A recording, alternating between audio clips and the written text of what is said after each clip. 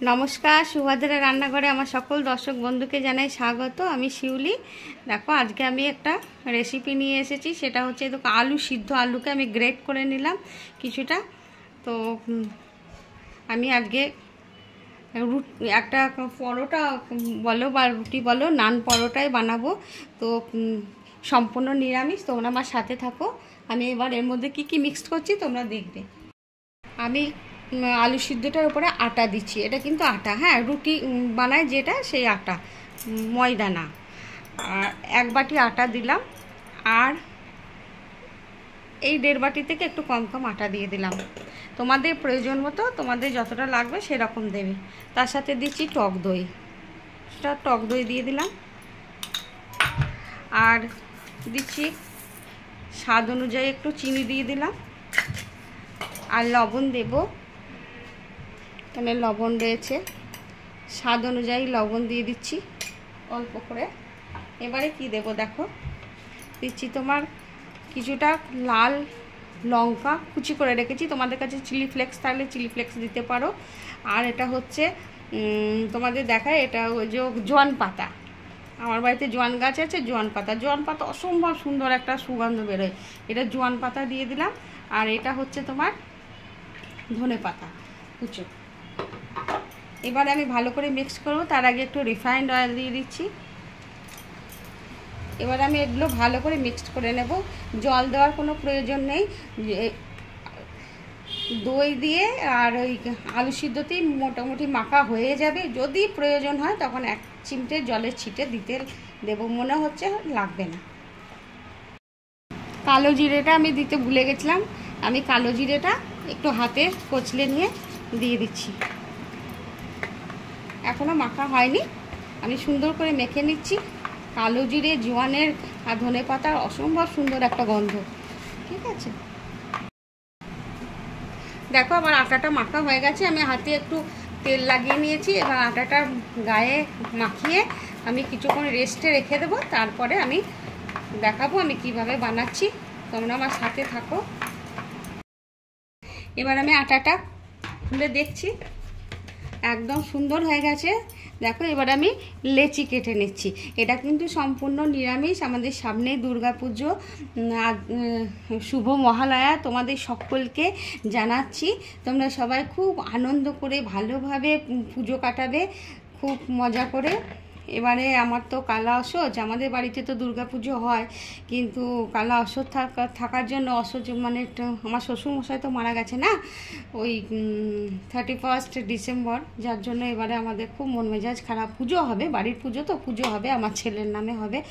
এবং আমার বাবা তো, শ্বশুরমশাই তো বসে পুজো করতেন, তো ওনার জায়গায় আমার ছেলে করবে, এরকম একটা ভাবনা চিন্তা চলছে। জানি না, এখন মা জানেন কি হবে না হবে।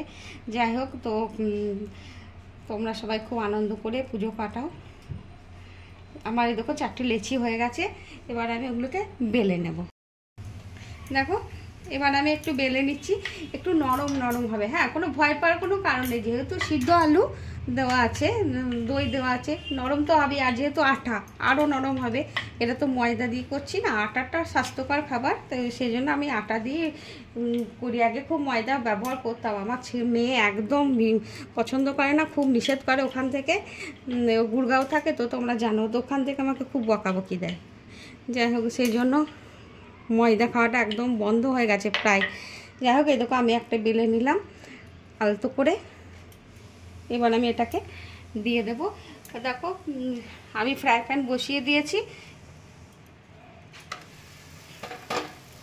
দিয়ে দিলাম। এটা আমি শুকনো এপিট ওপিট করে আগে ভাজবো, তারপরে আমি ঘি দিয়ে ভাজবো। তোমরা চাইলে সাদা তেলে, বাটারে, যাতে ইচ্ছা, যেটা যার পছন্দ সে সেরকম সেই জিনিস দিয়েই ভাজবে। আমি একটু ঘি দিয়ে ভাজবো। আর তোমরা এই পরোটাটা, এই যে দুর্গাষষ্ঠী আসছে, দুর্গাষষ্ঠীতে অনেক মেয়েরা তো ভাত টাত খায় না, তখন এটা বানিয়ে অনায়াসে খেতে পারো, খুব ভালো লাগবে দেখবে। আর দেখো, এপিটটা হয়ে গেছে, দেখেছো ভারী সুন্দর হচ্ছে। আমি এপিট ওপিট করে আগে ভেজে নিই। উল্টিয়ে দিয়েছি। এবারে আমি একটু ঘি দিচ্ছি। আমি ঘি দিয়ে ভাজছি, হ্যাঁ, তোমরা চাইলে ঘি, বা বাটার, রিফাইন্ড অয়েল, যা পছন্দ তাই দিয়ে ভাজবে। অসম্ভব সুন্দর একটা খাবার, বললাম তো। মানে বাড়তিতে তোমরা বানিয়ে খাবে। এই সামনে ষষ্ঠী, দুর্গা ষষ্ঠী, দুর্গা অষ্টমী, ছোলার ডাল সাথে, কিংবা নিরামিষ, কিংবা চানা, এইসব দিয়ে খাবে, ভীষণ ভালো লাগবে। এবার আমি এটাকে এপিট ওপিট করে ভেজে তুলে নিচ্ছি। এটা আমার হয়ে গেছে। দেখো এটাকেও ভেজে নেব, তোমরা আমার সাথে থাকো। এবার দেখো উল্টে দিলাম। রুটি ভাজার মতন আমি এপিট ওপিট করে উল্টে পাল্টে, মানে ইয়েটা গ্যাসে ফ্লেমটা মিডিয়ামে দিয়ে ভেজে নিচ্ছি আগে। তার দেখো পরোটাগুলো ভীষণ ফুলছে সুন্দরভাবে। এবার আমি আর একটু ঘি দিয়ে দিলাম, দিয়ে এপিট ওপিট করে এটাও ভেজে নেব আমি।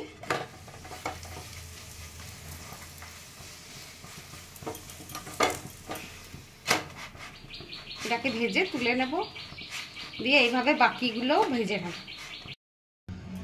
আমার পরোটা রেডি এবং সার্ভ করে দিয়েছি। দেখো তোমরা অসম্ভব সুন্দর হয় এই পরোটাটা খেতে। তোমরা অবশ্যই একবার বানাবে, বানিয়ে খাবে, খেয়ে আমাকে কমেন্ট করে জানাবে তোমাদের কেমন লেগেছে। আর তোমরা সবাই আমার সাথে থাকবে আর পাশে থাকবে। দেখো তোমাদের একটু দেখাচ্ছি কীরকম, ঠিক আছে, একদম নরম হয়ে একদম একটুখানি হয়ে যাচ্ছে। আর একটু ছিঁড়ে দেখাচ্ছি, এই দেখো একদম তুলতুল করছে, নরম।